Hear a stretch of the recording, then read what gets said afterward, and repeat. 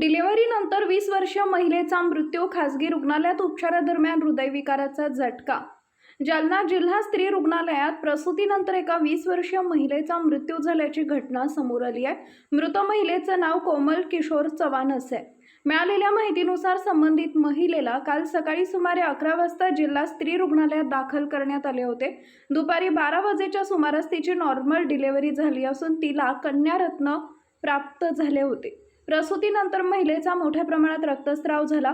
डॉक्टरांनी तत्काळ उपचार करून ऑपरेशनद्वारे रक्तस्राव नियंत्रणात आणला, मात्र तिची प्रकृती गंभीरच होती. संध्याकाळी 4:30 वाजताच्या सुमारास रुग्णालयाला पुढील उपचारासाठी हायर सेंटरला हलवण्याची तयारी सुरू होती. दरम्यान नातेवाईकांच्या इच्छेनुसार तपासणीसाठी तिला खासगी रुग्णालयात रेफर करण्यात आले. खासगी रुग्णालयात उपचार सुरू असताना रात्री सुमारे 10 वाजता हृदयविकाराच्या झटक्यानं तिचा मृत्यू झाल्याची माहिती डॉक्टरांनी दिली आहे. मृत महिला मूळ बुलढाणा जिल्ह्यातील सिंदखेड राजा तालुक्यातील हनवतखेड येथील सासरी राहत होती. या प्रकरणी स्त्री रुग्णालयाचे वैद्यकीय अधीक्षक S.Z. गवारे यांनी माध्यमांशी संवाद साधून माहिती दिली. बघूया ते काय म्हणाले. काल जिल्हा स्त्री रुग्णालयामध्ये एक 20 वर्षीय महिलेचा डिलिव्हरी झाल्यानंतर रक्तस्राव सुरू झाला. रक्तस्राव सुरू झाल्यामुळे सर्व प्रकारची उपाययोजना या रुग्णालय स्तरावर 4 डॉक्टरांच्या पथकामार्फत सर्व उपाययोजना करण्यात आलेल्या होत्या आणि तरी पण रक्तस्राव थांबण्याच्या बाबत प्रतिसाद पाहिजे तसा मिळत नव्हता.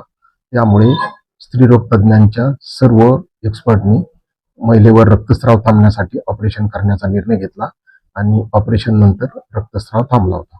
परंतु महिलेला अतिकाळजीसाठी अतिदक्षता विभागाची गरज होती, म्हणून पुढील उपचारासाठी हायर सेंटरला पाठवण्याचा निर्णय घेण्यात आला आणि त्यानंतर रात्री 10 वाजता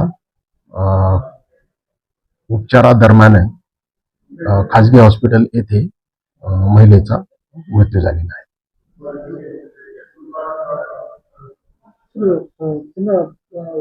सरकारी रुग्णालयामध्ये पाठवले, खाजगी कसं पाठवलं? आपण पुढील उपचारासाठी शासकीय रुग्णालयामध्येच संदर्भित केलेलं होतं, परंतु